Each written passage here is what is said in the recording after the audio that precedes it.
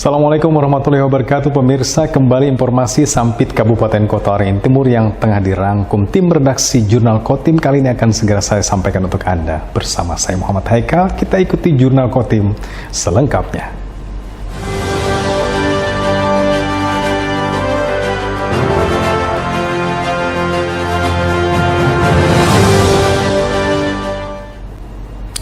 Dua mucikari yang masih muda diringkus polisi karena menjual seorang gadis berusia di bawah umur kepada lelaki hidung belang di Kota Sampit. Pelaku memperdagangkan korban melalui aplikasi pesan singkat. Dua orang pelaku tindak pidana perdagangan orang atau TPPO yang masih berusia di bawah umur tersebut kini telah diamankan di Polres Kota Waringin Timur untuk menjalani proses hukum lebih lanjut Jumat 23 Juni. Kedua pelaku diamankan petugas ketika berada di sebuah hotel di Jalan Pramuka Sampit. Mereka ditangkap saat tengah mengantarkan seorang teman wanita mereka untuk dijual kepada laki-laki hidung belang. Mirisnya, wanita yang menjadi korban tindak pidana perdagangan orang tersebut ternyata juga masih berusia di bawah umur. Korban diperdagangkan oleh pelaku melalui aplikasi pesan singkat dengan harga 400 hingga 500 ribu rupiah untuk sekali kencan. Dari transaksi itu, korban mendapat kebagian uang sebesar 300 ribu rupiah, sementara kedua pelaku mendapatkan sisanya. Aktivitas pelaku serta korban yang sama-sama sudah putus sekolah tersebut telah berjalan sekitar 1 tahun terakhir. Dalam satu harinya, rata-rata mereka mendapat pelanggan lelaki hidung belang antara 3 hingga 4 orang.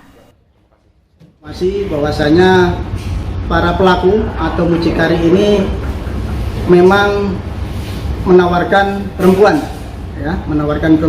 untuk bisa memberikan layanan seksual dengan harga untuk perempuannya adalah 300.000 melalui aplikasi mecet.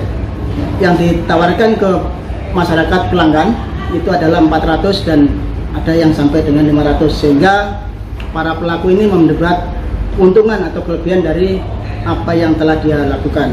Pada saat ada masyarakat dan pelanggan yang menawar atau membooking, pelaku langsung mengkontak korban.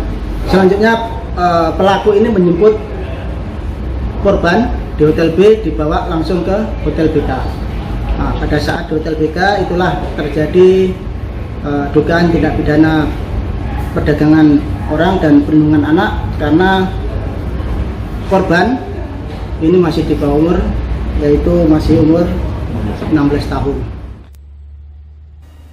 Atas perbuatannya, kedua mucikari muda ini terancam kurungan penjara selama 15 tahun dan denda hingga 600 juta rupiah.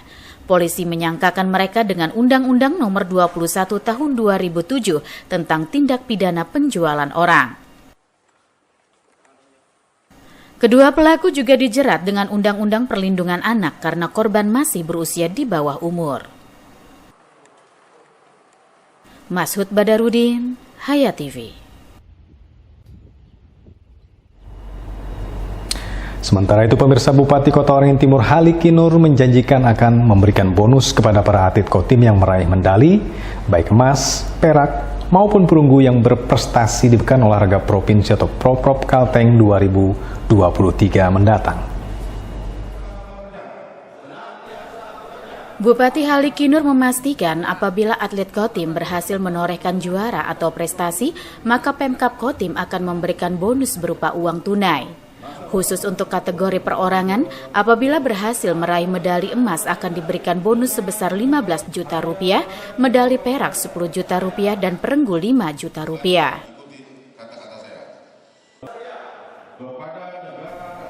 Untuk kategori beregu, medali emas akan mendapatkan bonus 25 juta rupiah, perak 20 juta rupiah, dan medali perunggu 15 juta rupiah. Usai pelantikan pengurus KONI Kotim masa bakti 2023-2027 sekaligus koordinasi kegiatan Porprov Kalteng di Aula Hotel Wera Sampit pekan lalu.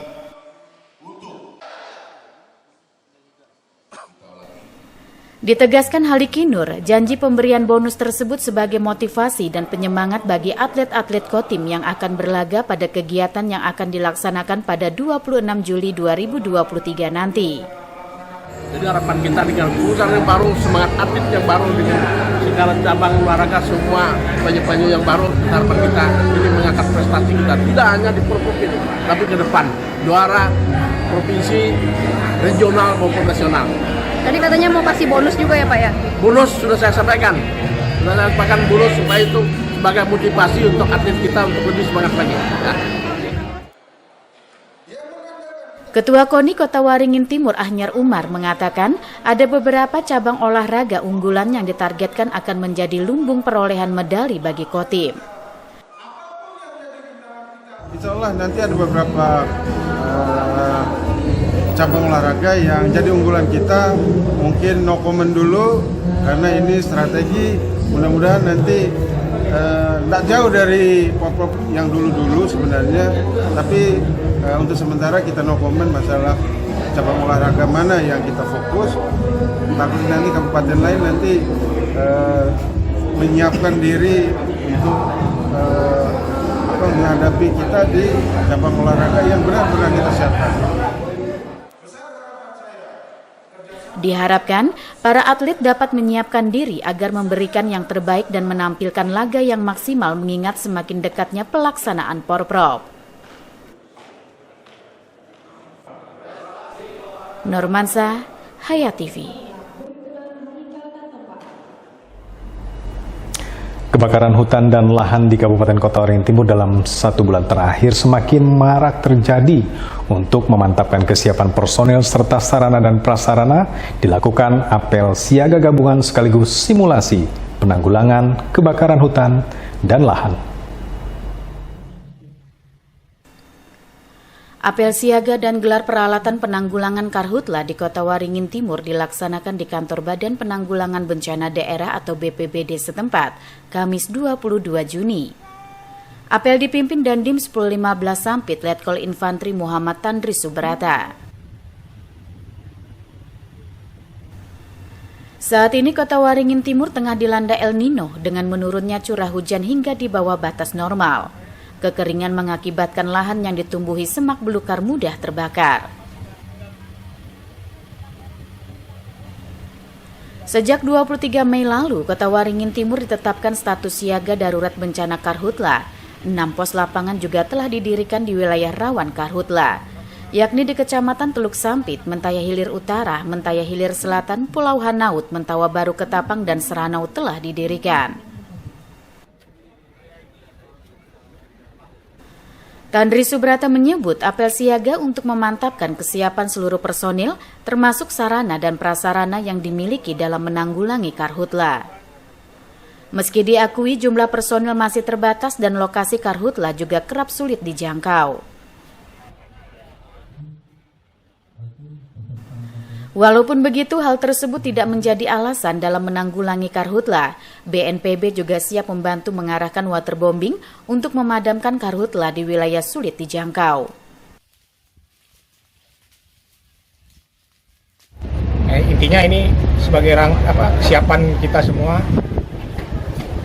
BPBD, TNI Polri, dan seluruh unsur yang ada di Kota Waringin Timur ini, supaya kita siap dalam mengantisipasi terjadinya kebakaran hutan dan lahan tahun 2023 ini. Memang kalau dari prediksi BMKG itu kita ada El Nino. Kita akan antisipasi wilayah-wilayah yang berdampak ya. Sebenarnya sudah dibuat 6 poslap di Teluk Sampit, Mentaya Hilir Selatan, Utara, kemudian di MB Ketapang, Pulau Hanaut, Seranau. Personil kita ya memang kalau kita lihat ya memang dikaitkan dengan luas wilayah ya memang kalau menurut saya ya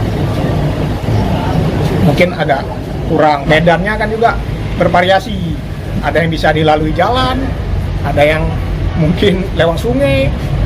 Adapun mungkin untuk masuk ke sananya kita tidak bisa nembus ke sana. Tapi kan kemarin pada saat apel gelar di Kalteng itu kan Kepala BNPB sudah mendukung kita nanti akan ada helikopter untuk waterbombing yang mungkin wilayah-wilayah yang tidak bisa dijangkau oleh aparat dan masyarakat ini peduli api itu ya mungkin bisa dibantu dengan menggunakan waterbombing itu. Dalam menanggulangi kebakaran hutan dan lahan, peran relawan sangat dibutuhkan. Agar adanya efek jera bagi pembakar lahan, mereka berharap upaya tindak lanjut dari aparat penegak hukum dengan menindak para pelaku pembakar lahan.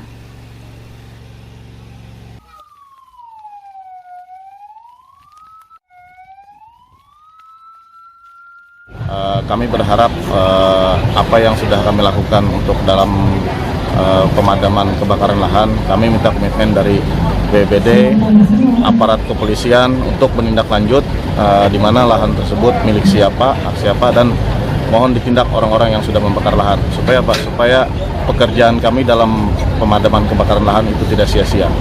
Supaya apa? Kami berharap kepada masyarakat juga untuk lebih mengontrol untuk membuka lahan dengan tidak membakar lahan. Karena memang ketentuan di dalam hukumnya kan ada bahwa untuk membakar lahan itu ada hukuman kurungan penjara sekian. Mudah-mudahan itu berlaku untuk masyarakat terutama di Kabupaten Kota Waringin Timur. Dalam mencegah terjadinya karhutlah, kesadaran masyarakat untuk tidak membuka lahan dengan dibakar sangat diperlukan, sehingga bencana kabut asap akibat karhutlah yang dapat mengganggu banyak sektor tidak terjadi. Masud Badarudin, Hayat TV.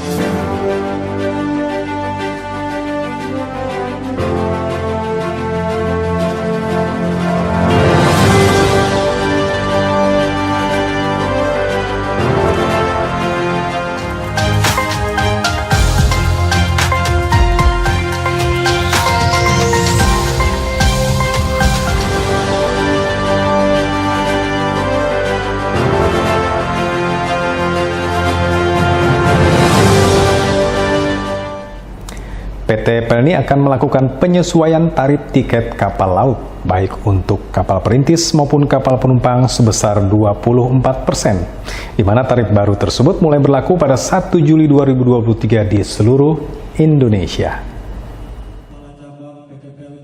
PT Pelayaran Nasional Indonesia Persero atau PT Pelni Cabang Pangkalan Bun menggelar sosialisasi perubahan atau penyesuaian tarif tiket kapal perintis dan penumpang yang berlaku secara nasional bertempat di lantai 2 ruang tunggu penumpang Pelabuhan Panglima Utarkumai, Kabupaten Kota Waringin Barat, Kalimantan Tengah pada Jumat pagi 23 Juni 2023. Kepala PT Pelni Cabang Pangkalan Bun, Roni Abdullah mengatakan, sosialisasi ini digelar menindaklanjuti adanya penyesuaian tarif baru untuk kapal perintis dan penumpang yang berlaku untuk pembelian tiket mulai 1 Juli 2023. PT Pelni memutuskan menyesuaikan harga tiket kapal sesuai regulasi atau berdasarkan pada Peraturan Menteri Perhubungan RI Nomor 7 tentang tarif penumpang dan barang angkutan laut perintis dan didasarkan Peraturan Menteri Nomor 8 tentang tarif batas atas angkutan penumpang laut dalam negeri kelas ekonomi.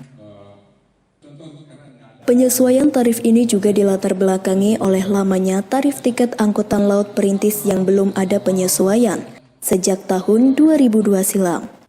Sedangkan tarif tiket untuk angkutan penumpang laut belum ada penyesuaian sejak tahun 2017. Dengan perubahan tarif ini, PT Pelni juga melakukan perubahan peningkatan pelayanan. Di antaranya peningkatan pelayanan pada saat naik ke atas kapal sampai penumpang turun dan kemudahan untuk mendapatkan tiket kapal. Untuk kapal penumpang, kenaikan tarif rata-rata sebesar 24%. Ada beberapa hal yang dilakukan untuk perubahan ya, terutama untuk peningkatan pelayanan ya. Nah itu tadi saya sudah sampaikan ada beberapa hal ya, baik dari sebelum naik ke atas kapal, di atas kapal sampai mereka turun, banyak hal yang kita lakukan perubahan terkait layanan itu. Yang pertama adalah terkait kemudahan ya, artinya orang membeli tiket itu mudah lah ya, tidak sulit. Kalau untuk kapal penumpang kenaikannya rata-rata sekitar 20, bukan kenaikan ya, mohon maaf, penyesuaiannya sekitar 24% ya, 24% rata-rata 24%. Kemudian untuk kapal perintis ini hampir 100% ya. Kenapa? Kita lihat tarifnya tadi masih dari 2002 loh sampai sekarang baru dirubah gitu ya. Sebelum mensosialisasikan penyesuaian tarif angkutan penumpang laut, di depan para tamu undangan, Roni Abdullah memperkenalkan logo baru Pelni yang dilengkapi dengan tagline We Connect, We Unify, yang memiliki filosofi sebagai perusahaan jasa transportasi laut. Pelni menjadi penghubung antar pulau dan pemersatu bangsa. Hal ini dilandasi seluruh wilayah NKRI yang terdiri atas ribuan pulau dan dihuni oleh suku dan etnis yang beragam. Jamri, SBTV. Sampai di sini kabar dari tim redaksi Jurnal Kotim edisi weekend kali ini. Kawan-kawan yang bertugas menyampaikan terima kasih atas perhatian Anda. Sampai jumpa lagi. Saya Muhammad Haikal. Assalamualaikum warahmatullahi wabarakatuh.